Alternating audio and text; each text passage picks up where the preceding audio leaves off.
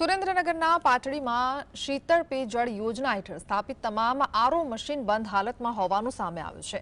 પ્રજાના ટેક્સના ખર્ચે મુકાયેલા આ મશીનો ધૂળ ખાતી અવસ્થામાં છે, જેના કારણે લોકો પીવાનું પાણી ખરીદવા મજબૂર બન્યા છે।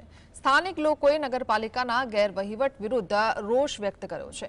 કરોડો રૂપિયાના ખર્ચ બાદ પણ મશીનમાં રૂપિયો નાખતા પાણીને બદલે હવા મળે છે।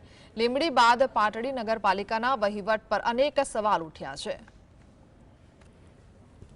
પાટડી બેન મોટો રેટિંગ ઘણા વખતે મૂકેલા છે અને ઘણા વખતે જોયું છે જ્યાં સુધી એની વોરંટી અથવા તો ગેરંટી હતી ત્યાં સુધી ચાલી, પછી ચાલતા જ નથી। પાણી માણસને ધંધા લેવા જાય તો પાછા આવે છે।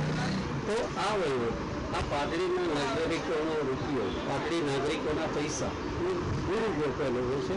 તો આ દુરુપયોગ નહીં થાય અને એ વહેલી તકે ચાલુ કરો એવી અમારી પાટડી લોકોની ઈચ્છા છે।